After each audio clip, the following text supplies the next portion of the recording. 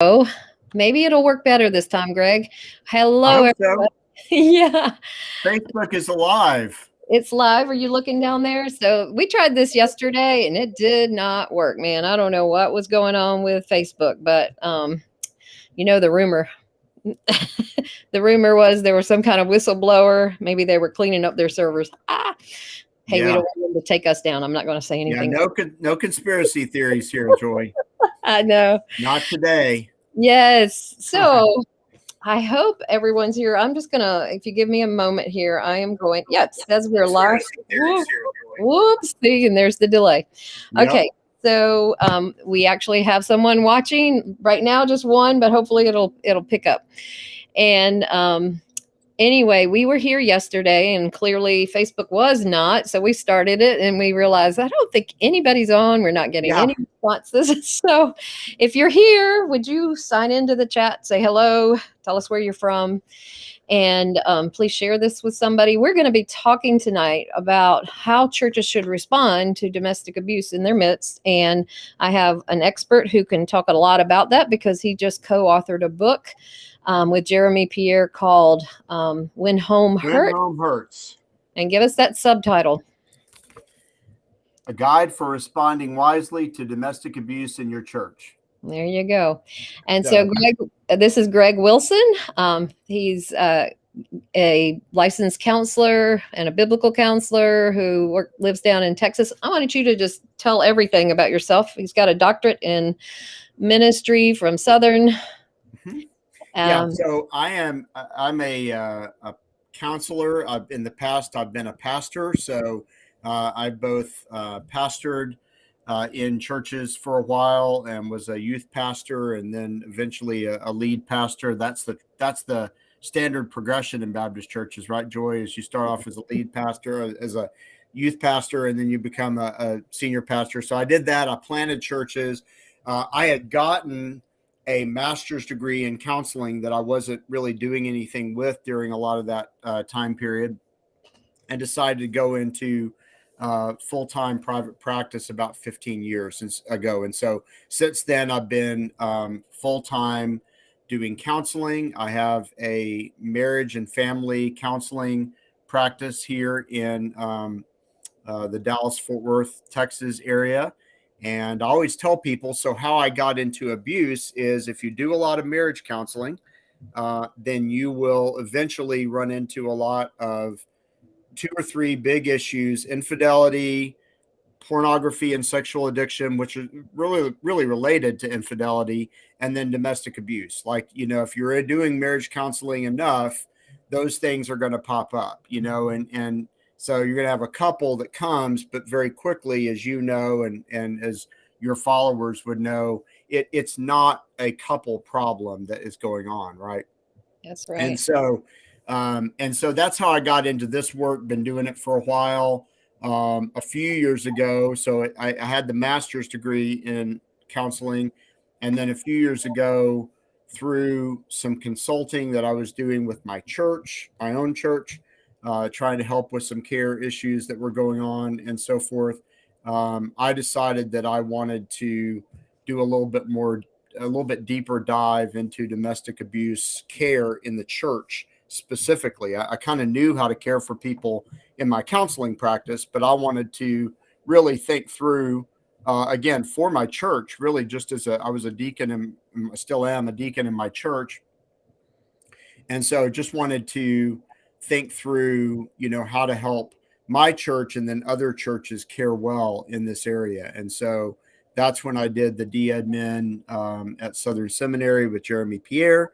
And then we did, obviously, I did a dissertation as part of that. And then we took that dissertation and made When Home Hurts basically out of that work. Yeah, and I really appreciate that. So our mutual friend Chris Moles introduced the two of us. I don't know how long it's been. Feels like 3 years, maybe. I don't know. 3 or 4 years ago, something like that. Yeah. Yeah. So Greg and Chris Moles, who was supposed to be here tonight, by the way, but he has lost his voice. He can't talk. We've decided that he just uses it and abuses it too much. I'm going to make him get on here and hold up some signs. My name is Chris Moles, and We're going to try that. But anyway, I met you through Chris, and I also met Jeremy through Chris in a different capacity. Jeremy is a professor of biblical counseling at Southern, and Jeremy did the IBCD, the Institute for Biblical Counseling and Discipleship, counseling domestic violence or domestic abuse videos, and he played the perpetrator. And I have to say, see, I can talk about him because he's not here. I have to say, I came after the first scene, I looked at him and I said, I am worried about your wife. He did such an amazing job. He did a great job, like twisting the thinking, turning everything back on you. It was incredibly, it was amazing and stressful all at the same time, because he had it down so I mean, he'd had it down pat. So Jeremy is a man of many talents, including apparently acting, because I can vouch for the fact that Jeremy is nothing like Travis, who the character was in the videos, but he sure played it convincingly. Yes. So Judy's saying, make Chris come on. We're get him on here before the end of the month. So for sure. Anyway, but I definitely wanted to talk to you tonight, Greg, about, because this is kind of our kickoff live video for Domestic Violence Awareness Month. We did a couple before the beginning of October. But I appreciate the fact that when you did the book, when you wrote the book, and you sent it copies to all of us in our biblical counseling group, and we're very open to feedback. And so I think that you've got a pretty complete picture. So it's basically a guideline for churches, but it's not like, hey, read this book and you can handle domestic abuse, right? Right. So absolutely. There's no, and I know you've said this, Joy, and I will jump on the bandwagon saying it as well. There's no book, there's no singular training that you can go to that is going to help you with every domestic abuse case that you're going to face. Really, it is a matter of having experience. It's a matter of having the right voices speaking into that. And it's a matter of discernment and prayer, and getting as much training as you can in every situation. And so we hope, so obviously there's already a lot of stuff out there. Joy, your book is fantastic, and the workbook that goes along with it. Darby's book, Is It Abuse? Darby Strickland's book is great. Chris's book, The Heart of Domestic Abuse, is really great. We thought, Jeremy and I thought, a hole in the material that's out there right now is something that is for the church, that's for church leaders, friends, family members who are in the church, who believe that the church has a role in walking with these individuals, both the perpetrator and the victim, but doesn't know what they're doing and doesn't know what to do. And again, that's not a knock on the church. It's just, what we're saying here is that domestic abuse is very complex. It's highly nuanced, and they just need a little bit of a roadmap. And so this book is meant to be kind of that roadmap, right? So When Home Hurts, the idea is we're going to just walk you through the things that you need to think about. So section 1 is really just like, what is domestic abuse? Like understanding the dynamics of domestic abuse and what's actually going on. What is it? How do you recognize it? How does it come to you in that situation? And then section 2 is very much about short-term, immediate kind of triage care for both the victim and then eventually the perpetrator and those who have experienced collateral damage, the children and others who might be impacted by it. So that's section 2, just in general.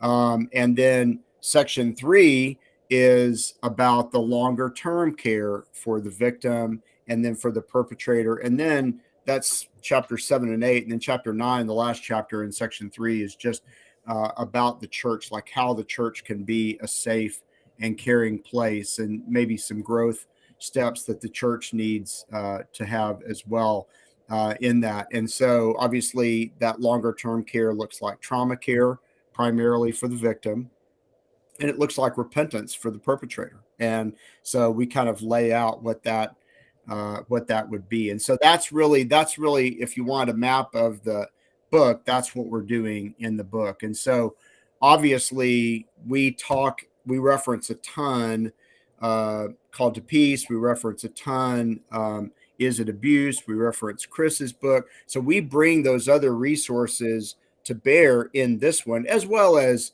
Leslie Vernick's book and Diane Langberg's book and all the other great resources that are out there on those topics. And we just want this to kind of be like for the church. If you're a pastor and you're listening in, if you're a church leader and you're listening in, a volunteer, and we just want this book to kind of be okay, I know that there are all these other resources. How do I bring all those to bear and the things that they talk about to bear in a particular case? That's what the hope was for this. Yeah. Book. So two things came to my mind is, number one, so you're probably speaking to an audience of people who, a lot of them have had really bad experiences within their churches. And so as I look at this book, I'm thinking how to do no harm could be That's the subtitle, right? Do good rather than harm. And it's like Jim Upchurch, one of our church liaisons, says that he said, we need to reflect the heart of Christ to those who are suffering and oppressed. And a lot of times the church has done the opposite. And most of the women that I've experienced, I've dealt with, who have told me that their church mishandled it, said that hurt more than the abuse that they endured. 100%. And I know that too. I've seen that in my counseling practice. I've seen it in my own church, where the hurt from the church who mishandled a case. And again, Jeremy and I love the church. We're for the church. We're not trying to put down the church in this work at all. We're just simply saying it is so easy to do harm in this instead of doing good. It's easy to make really, really hurtful mistakes if you're not careful. And so above all else, do no harm. As a professional counselor, that's something that I live by. Those of you who, are doctors or, in any of those kinds of roles, that's essential to the role. And it should also be essential to the caring role of the church, that we want to make sure we're not doing harm. We want to help.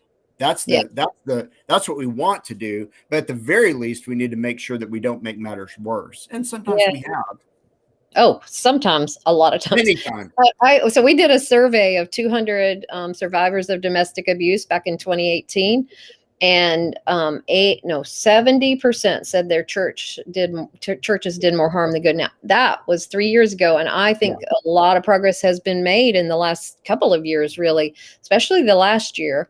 And so, I'm hopeful that statistic is changing, but we're not here to bash the church at all. Right. I was a victim of domestic abuse for 23 years and didn't recognize it myself. So how do we expect our churches to get it? It's so counterintuitive. It's so easy to be fooled.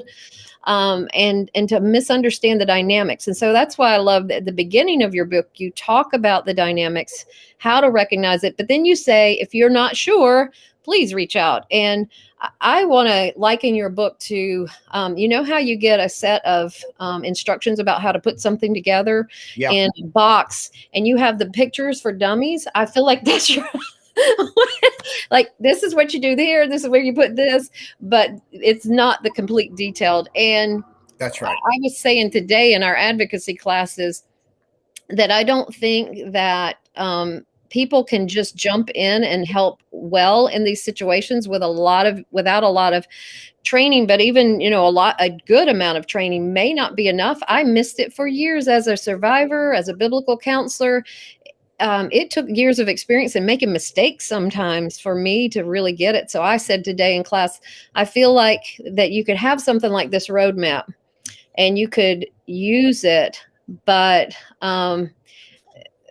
it's always good. It's really good to have extra sets of eyes on it, to have a team approach like what Chris and I have talked about, and I'm sure we've all talked about from time to time. Yeah. And so I love that you talk about bringing in resources. I appreciate that you gave plugs for the advocacy curriculum that we teach. That's almost 100 hours of training.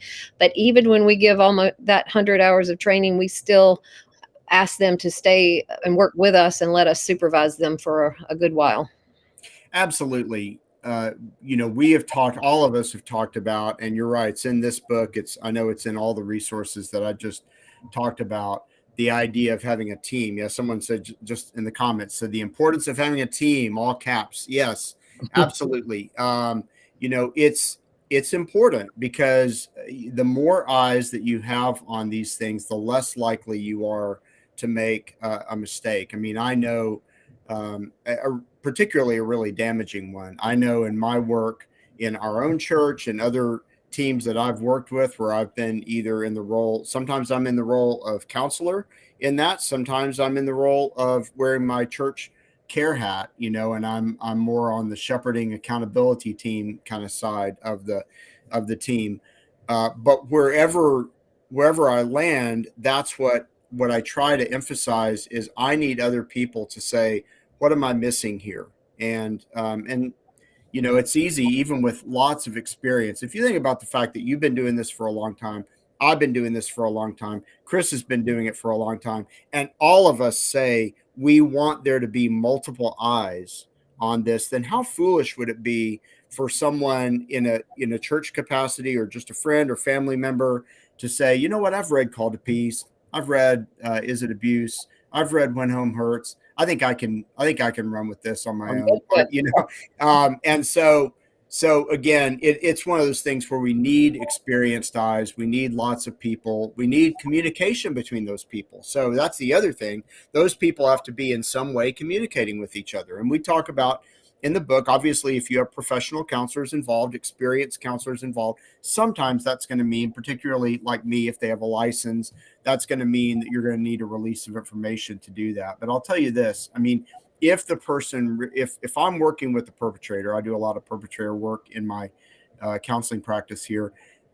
If I'm working with a perpetrator who really wants to get help, they'll be happy to sign a release of information. And if they're not, then that maybe says that they're not quite ready. Now, let me just say this as a professional counselor speaking into that, guys, you can't strong arm them into doing that, right? Like they have to be willing to sign that release of information on their own. Otherwise, it's not worth the paper it's printed on, right? If they can just come back and say, well, everybody twisted my arm to do that. But it's one data point, if they're like, I don't think I want to do that yet. We take that as a data point. We say, okay, that tells us something. The other members of the team will continue working with the victim however they can and implement whatever safety plan, aspects of the safety plan they need to based on that data point. And we'll just wait until hopefully the Spirit brings about actual repentance, or at least enough of seeing and owning of their behavior that they're ready to have that be integrated into the whole team. So that's only, I mean, if they're not working with a professional counselor, then that piece isn't important, but I do always want to bring that up. Releases of information are great and they're helpful, but they can't be coerced into that. They have to want to do that. Absolutely. And so this too, I don't think that when we were introducing you, we told the whole story. So you have been really involved with Chris Moles and Men of Peace. And again, if you're coming in late, Chris is not here because he lost his voice again. He abuses it and misuses it is our conclusion. But we'll get him on before the end of the month. But anyway, Greg and Chris have actually helped to develop Men of Peace, which are what we would call in the secular realm batterer intervention programs, BIP groups. But this one is also, it's got the elements of something like a Duluth model, but bringing in scripture. And you've done a couple of what you call the, I guess, the early pilot groups, and so down there in Texas. And so talk to us a little bit about that, how that looks. And that's something that concerns me greatly when churches talk about getting involved, and it seems like they always want to start groups for men. Yeah. Very rarely do they want to start support groups for victims, and I don't understand that. So it still says to me, maybe things are a little lopsided in some churches, but we know. I have never seen somebody who, well, I think that they could probably change their behavior, but a change of heart, I have not seen that happen without a batterer or intervention group or some kind of a counselor who truly understands domestic abuse and can bring that accountability. But just talk about why groups work better in general for these guys. 100%. So, and someone just said, let us know where you're from. I'm in the Dallas, Fort Worth, Texas area where I'm doing my work. And Chris and I have known each other for a long time. And when I found out that, so again, I'm a counselor in private practice who also is involved as a volunteer, a high capacity volunteer. I'm working at the church a lot, but my role there is volunteer. I'm not being paid by the church. I'm primarily a private practice counselor. When I found out that there was a guy out there who was a pastor and a facilitator of a domestic or of a batterer intervention and prevention program, BIP group program, I said, I've got to meet that guy. And I literally just called Chris up. I don't know how many years ago it's been now. And I was like, we need to talk and we need to develop, because at this point, as I said, I've been doing a lot of marriage and family work for a long time. I've been seeing it, felt like there was a need for stuff for groups for the perpetrator. Again, to your point, there's also a huge need, a glaring need for groups for survivors. So I'm all about that as well. We can't ever just work on one side of the equation, right? Especially in this work. And that's an important thing to mention. I'll interrupt myself just long enough to say, as a person who's working with the perpetrator, I've got to always be thinking about that victim. This is not a place where I can simply just be, single-mindedly focused on the client that I have, if the client that I have is a perpetrator. And there's so much nuance and there's so much complexity to these situations that I've just got to know what's actually going on in the victim's world with regard to him. So I'll come back to, maybe we'll come back to that later, but I'll come back to what I was saying.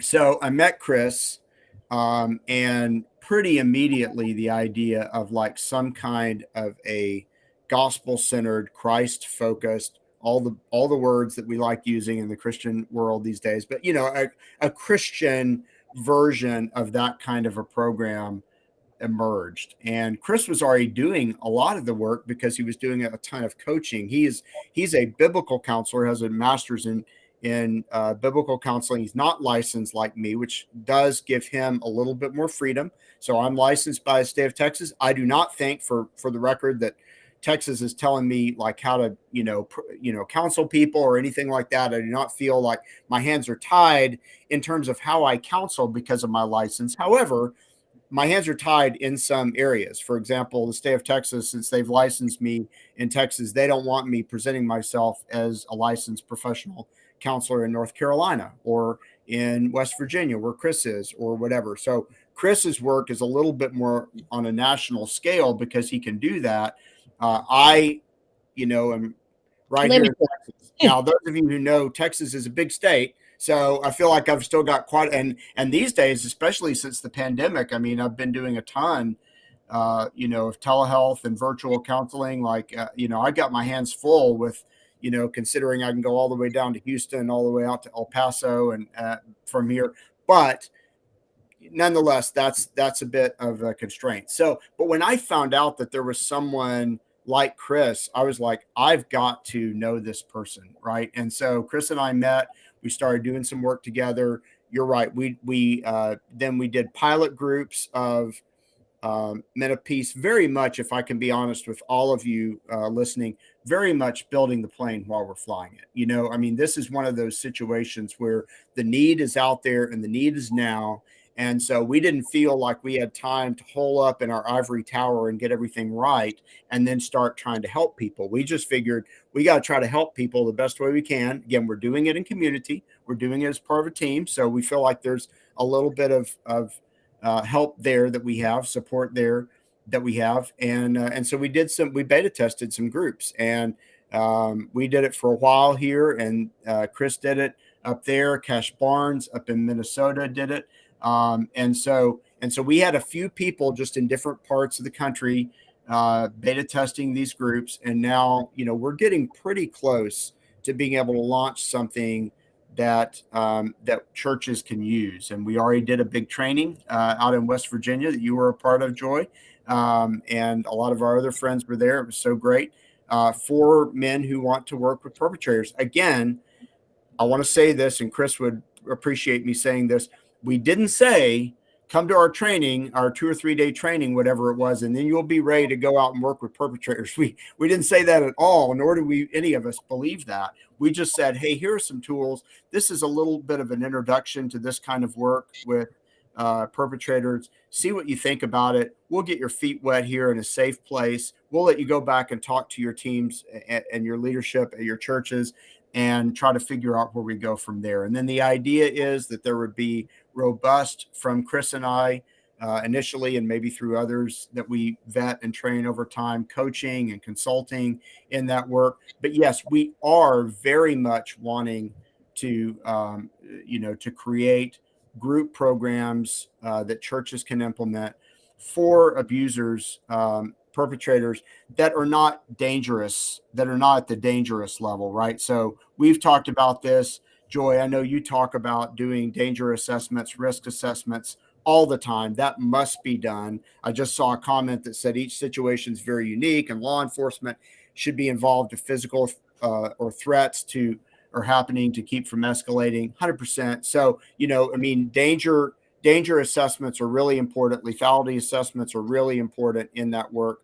We're not asking anybody to jump into that. But when you have, at least anybody in a church context, right? But when you have a situation in your church where there is emotional abuse going on, verbal abuse going on, it's the kind of thing that could escalate to that, but is not escalated to that yet, then, you know, we're trying to help intervene in a way that the church can intervene, where, when it's that's the scenario that we have. We still recommend, even in the book, and Chris and I both recommend as well, just secular batterer intervention prevention groups are fine. I mean, I just told somebody the other day who is what I would call a hostile abuser, a hostile perpetrator. I said, hey, Joy, how Chris and I work. I said it in a very winsome, I hope, way. I just said, I'd love to meet with you. Really would. Here are the things I'm busy. I've got a full schedule. You're not going to be able to get in with me for a while. Here's what I want you to do in the meantime. I want you, and in this case, I don't know how your listeners will receive this, but in this case, I said, I want you to have a psychological assessment, number one, because I'm not sure based on the stuff that he had been doing. I wasn't 100% sure that he didn't have a personality disorder. In fact, I thought he might have a personality disorder. That would change the intervention. So I said, I want you to get a psychological assessment. And I want you, there's a great BIP program here in Denton County where I am that takes volunteer participants. You don't have to be court ordered to go there. I want you to sign up, have a few of those sessions under your belt, then come see me as a professional counselor, right? Now, that guy said, I don't think I want to do that. I think you have it wrong. And that told me everything I needed to know about like where he's at in this situation. It also, by the way, told his victim and his victim's parents, who were kind of involved in kind of trying to help this situation out, everything they needed to know. And now that situation is moving kind of towards divorce at this point. But, yeah, I was going to say, that's the thing too. As far as batterer intervention, we've actually started some groups. We're trying to use the Men of Peace curriculum, but I don't think we have all of it yet. You know, we're working on it. We're working on it. I'm going to reach out to Andre right after this. So okay. we'll keep it going. Okay. We have started doing that, and it's not because we're trying to save marriages, but we know there's a couple of things we know. We know that if men who are violent don't get some kind of very specific help, and usually these groups work better. It helps them to come to this realization. I watched it in our groups because we had Dr. Deborah Wingfield, who had done batterer intervention out in Colorado, and then Jim had gone through the Duluth model training, and Andre had gone through the Men of Peace training. And so I watched some of these guys actually start having realizations about the way they think, because they abuse because of the way they think. And so these groups, because they can see it in the other men sometimes way before they see it in themselves, when they start going, wait a minute, I do that. That's really a powerful thing. And so that's why I think that the batterer intervention group, but it takes a very insightful and well-trained person under some supervision. That's why Dr. Deborah hopped in on ours. She's like, I don't think Jim can handle this. What if they manipulate him? Because we know how manipulative they are. So, but anyway, we're excited. I'm excited that the Men of Peace is coming out, and you guys are being very careful about who you bring in to do that.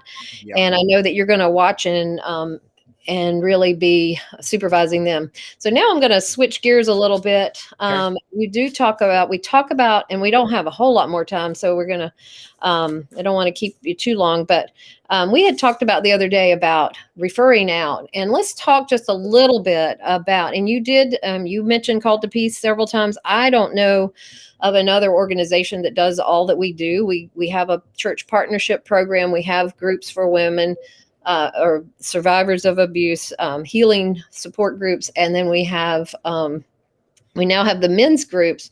But a lot of times, because we offer our support to churches to help them understand domestic abuse, and we will walk into a situation with them, help them walk through it so that, again, they can do no harm. We're going to be recommending your book. It'll be on our list of resources that we recommend to them. Yeah. But a lot of times what we've come across is, first of all, when I would say years ago, when there were no Called to Pieces, or there were no, there were no Christian resources really to speak of. Just 15 years ago, there were so few. There was a handful. You could get them into one little stack, and now there are just so many. But the pushback we got was, well, I can't go to a secular program for this. And now even we get pushback at Called to Peace as a Christian, biblical counseling focused, gospel focused program, because we don't meet all of their theological criteria. And we try really hard to just say, we will work within your theology as long as it's not harming victims of abuse. And we're not going to give our opinion. We're not going to tell people to get a divorce. We're not going to push, egalitarian theology or complementarian theology. We're not pushing our theology. We're there to provide safety and sanity for victims of abuse. So, but talk a little bit about that, because you are a part of a church domestic abuse response team. So talk a little bit about what you guys do. And I guess, can we mention the name of the church? I know that you... I go to the Village Church here in the Dallas-Fort Worth area. It's a large church, and we do have a care department that works on these cases, and we do meet. That's a lot of the volunteer work that I do at the church. As I mentioned when I said I'm kind of a high capacity volunteer at the church, I do a lot in this particular space, but we refer out 100%. So, and by that, I mean, we want to get the best eyes possible on situations. We would rather, spend the money that we need to. So if we know of a situation where someone can't afford a certain resource, we would rather help them get that resource than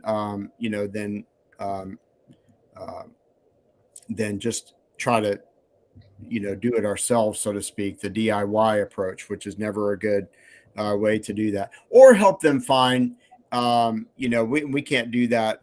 We have limited finances, as every other church does. So we can't do that for everybody, but even help them to find qualified counselors who might be who might be a little less expensive. Maybe they're, a supervisee for a counselor like me that has a little bit more experience, but they're getting the benefit of that person's experience and being able to charge less. So you can look for those churches out there. You can look for those kinds of resources.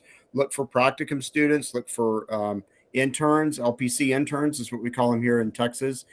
People who are working on their license and have a master's degree, but just make sure that they have the right supervision. Okay. So, I mean, they need to be supervised by someone who has the experience that you're looking for. So in my practice, for example, actually I have someone who just passed her LPC exam today. So she'll be an intern with us. And I would be very comfortable putting someone in under her, with her as a counselor, knowing that she and I are going to be talking about that case, right? So that I'm going to be supervising her in that situation. So again, there are situations out there where you can find counseling that is a little lower cost. You can always, we have also, and something that we have done in our church, and I've seen other churches do, is that we have actually asked people to step up and help. So like where there's a home group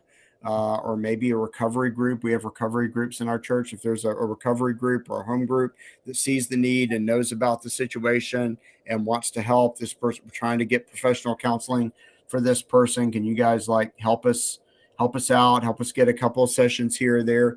There are things that you can do. But the other thing that you can do, and this goes back to, I'm just going to go back a little bit to the benefits of group work for a minute that we were talking about.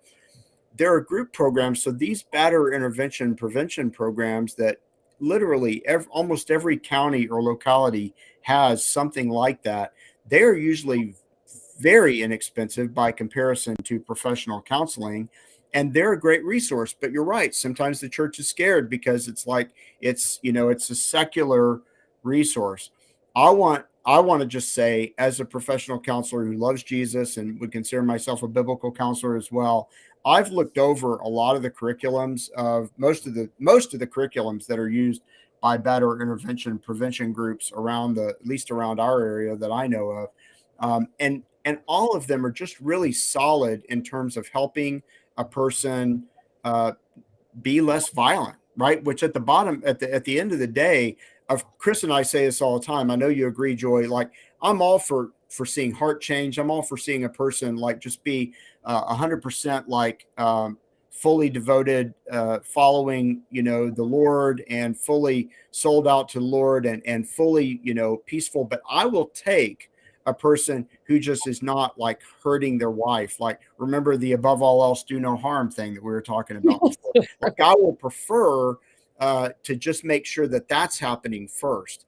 And sometimes in my church, and even in other churches around here in the area that I consult with, sometimes what I will say is think about it like drug and alcohol rehab. All right. So again, that's something where, again, there are still some churches who don't want to do that if it's not a Christian rehabilitation center as well. But I think in general, that's a place where the church has gotten to the place of saying, okay, I can see where if you've been using opiates or, whatever for this long of a time, or heroin, or whatever the thing is, that you probably need a level of care that no one in the church can provide, just to get you to a place where then our gospel-centered care, our biblical care, is going to be helpful. And so I tell people that's exactly what I think a BIP group is, except for abuse as opposed to addiction. It's the same kind of thing. Yep. Yeah. It's 26 weeks. They usually are 20. Sorry. I was going to say, that's what I tell people all the time. They act like, we're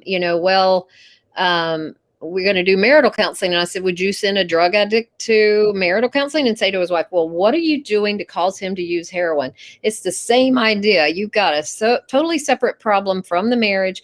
And so it needs to be dealt with separate from the marriage. And so these BIP groups are great. And we're going to go back, and you talk about the lack of resources. So this is a great segue into one of the reasons we're here this month. This is Domestic Violence Awareness Month, as you may know. And Call to Peace Ministries actually provides services to victims free of charge. We will never charge anyone if they can't afford it, our services. So now we are, that cost us money. And so we are actually doing a fundraiser, but we provide support groups. We actually have some limited free counseling for the people who are involved in our support groups. We have interns that work with us, and we train and supervise them so they can get counseling through us. We also we have a fund for trauma therapy for again, women who are part of our support groups. We know that they've got severe PTSD or complex PTSD. We're going to try to get them some help with some therapy. And so that's what we do. In addition to doing our church partnership program, we come alongside victims of abuse and we help them in any possible way we know how. And that costs a lot of money. So we have a campaign going on. I'm going to put a link in here.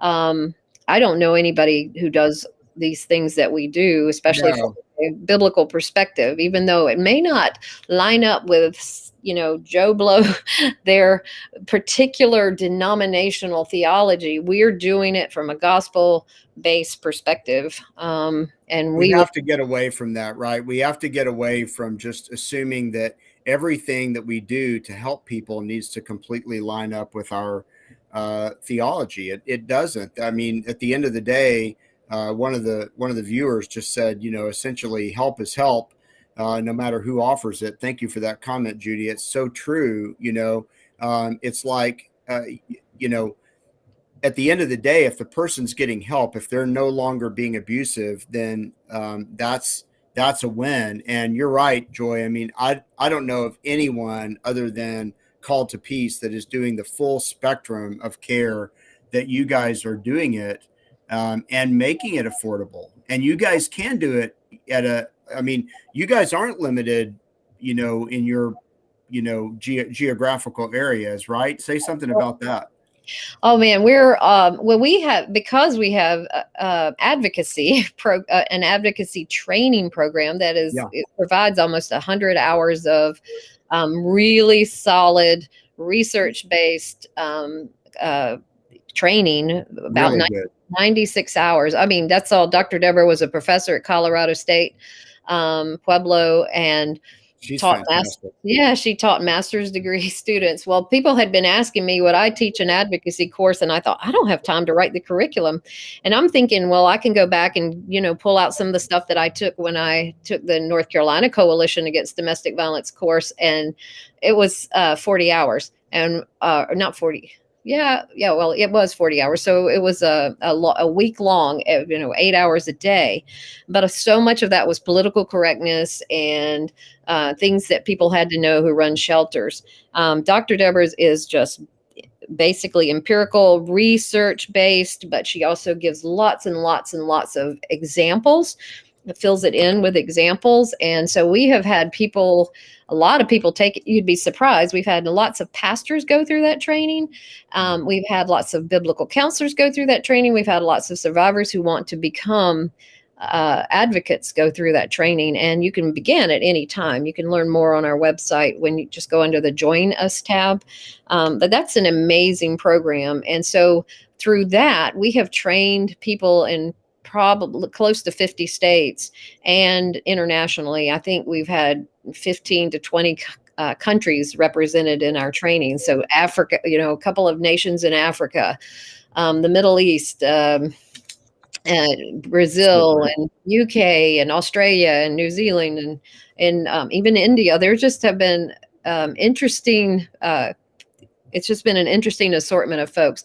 And because of that, we have advocates now placed across the nation and some across the world who we can refer people to. So let's just say you're in an area and you don't have anyone in your area that understands domestic abuse. We can at least get you someone in your region, usually. But we have such a hard time having enough advocates for all the requests for help. So we ended up hiring a full-time advocate coordinator, and so she's actually providing supervision for the advocates, and so she can actually fill in the gap and help take on new cases as well until we can find someone to assign them to. But again, these things cost us money, so we are this month we're really we're doing a fundraiser just to try to raise funds so that we will have enough staff in place, because every year we grow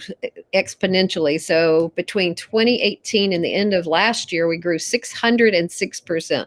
Try to keep up with that. And, just the calls coming in on a daily basis or a weekly basis, it is almost impossible to keep up unless we increase and we foresee what's going to happen and we know what we're going to need. And so that's what we're trying to do right now. So that's why we're not only trying to raise awareness, we're trying to raise funds during this month. Well, money is essential, and I would encourage, if you're watching, Call to Peace is a really fantastic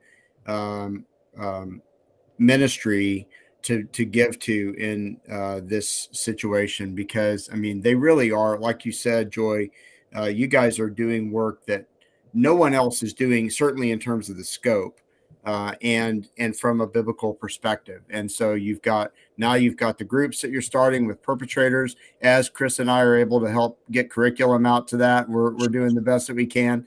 And then all the stuff that you've been doing for years in terms of advocacy and working with victims. So good. And so I would also recommend, so the church partnerships is huge. Churches that are out there, the church partnerships that Called to Peace have is a great first step to just honestly getting involved in getting help really before you even need it. That's kind of what we've said about Jeremy and I have said about our book as well. Like get the help before you need it. Read it. Have some awareness and some partnerships, right? And Called to Peace would be, in my mind, that would be the first partnership you should look to have. And then again, local partnerships is also great as well, counseling centers and things like that. And like Joy said, they can help you find those folks. So give to Call to Peace for sure, not just in Domestic Abuse Awareness Month, but all year around. You guys are doing fantastic work. Yeah. Thank you, Greg.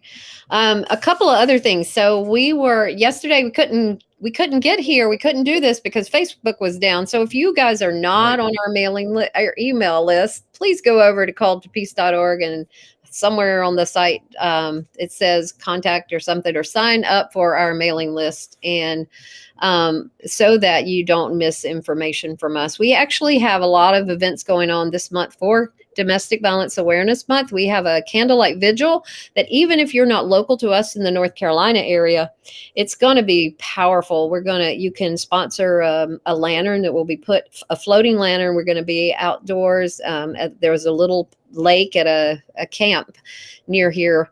We're going to put the floating lanterns out on the lake right after sunset. We will write names of survivors and or victims who haven't survived as a result of domestic abuse. And so you can join us virtually. It will be live streamed, but you can also join us in person here in the Raleigh, North Carolina area. Thank you for that link, Kathy. Kathy put the link to become a faith-based advocate. And if you want to find that link to our vigil, anyway, if you go to calledtopeace.org and she just put the link up for the vigil. She's on top of it. Yeah. Kathy's in our advocacy classes, so she's always my go-to person for resources. Or when I need Kathy. Yeah, that's right. So anyway, we would love for you just to be involved. Help us spread awareness. Domestic abuse is it's a hidden epidemic, and it exists in our churches in huge numbers. In fact, when we surveyed the ladies back in 2018, we found that 30% of the women that we work with were actually married to men in ministry. And 22% of them had seminary training. So anyway, we want to be able to shine a light on this darkness. I am so grateful for your book, Greg, that is helping churches, at least giving them that roadmap. It's not exhaustive, but it gives them the resources that they need to handle it well, and a good first step. Good, again, what did I call it? Computers for dummies or whatever. It's just the picture version, and it's telling them this is where you go for this. This is where you go for that, and it's a very, very practical resource. So I appreciate that. That's great. Thank you. We're also super appreciative for you and Called to Peace and the work that you guys do. It's just like we're encouraging you guys to have partnerships. And I think it's important. We have a partnership. So Joy and Chris and Darby and many others and I work together in this work. You cannot do this work alone. So have partnerships. Absolutely. Yeah. And I mean, there are a lot of ministries out here, but very few that are providing the massive number of services that we provide without charge. So if you have a heart for those who have been abused, please come join us and in this campaign to not only raise awareness, but to raise funds to help those who have been victimized. So what is the name of your book? She's asking because she came in later. Hold it up again, Greg. When Home Hurts. When Home Hurts, a guide for responding wisely to domestic abuse in your church. I can't get in front of the camera. There it is. When Home Hurts, a guide for responding wisely to domestic abuse in your church. You can get it on Amazon, Christian Books, all the major online retailers. We have a website that says where you can get it, whenhomehurts.com. So you can go to the website and find it through the website as well, whenhomehurts.com. Yes. And thank you, Kathy. She's put the link in if you would like to donate, or just head over to Call to Peace and check us out as well. Check out Greg's book. This is a great, great, great resource to put in your pastor's hands because they need that roadmap, and it's not overwhelming. It's not too much information. There are books out there that are just way too thick. They've got great information, but we know that pastors aren't going to read a very long book. So again, thank you so much, Greg, for this work and for all that you do. There's a bunch of comments popping in. I was late to the broadcast. That's okay. It's going to be on our Facebook page indefinitely, and that's when most of the people will end up watching our videos anyway. That's right. And so is it on Kindle yet? I don't know. That's actually a good question. I don't think so. And there is an audio book coming out, by the way. I got this little microphone that I'm using here today because I'm going to start. Jeremy and I are recording the audio book that'll be on Audible at some point. I've got to get time to do that. You know what that's like, Joy. But at some point soon, I'll find the time to record the audio book with Jeremy, and then we'll have the audio book out. And we're certainly hoping it'll be out in Kindle and all the other formats. We know that especially in this work, accessibility is hugely important, right? So if someone can have it on Audible and just listen to it. Oh, you got it on Kindle. Great. It is on Kindle. How about that? That's what she said. I was just wondering. I didn't know it was there that fast. That's pretty good. Yeah, and I didn't know that either. Well done, guys. Dr. Deborah's on here, and we talked about you. If you were just tuning in, we've already talked about the advocacy training. So you guys check us out. Come on over to Call to Peace. Thank you guys for the comments, and thank you, Kathy, for all the links. So everything is here. Oh, she got it on Kindle. So Judy's got it. That's awesome. Oh, that's a new comment. All right. Well, Greg, I don't want to keep you any longer. I really appreciate you coming on. I urge everybody to run out and get that book and give it to a pastor you know or love, somebody in ministry, because that is a beautiful roadmap for them. Well, thank you. And keep supporting Called to Peace, especially this month, but again, all year round. I know they need the support, and they're doing great, great, great work. All right. Thank you. Thank you, everybody. So we are going to end this now, and just keep on commenting. We'll come back and we'll answer your comments. Take care. Thank you, Greg.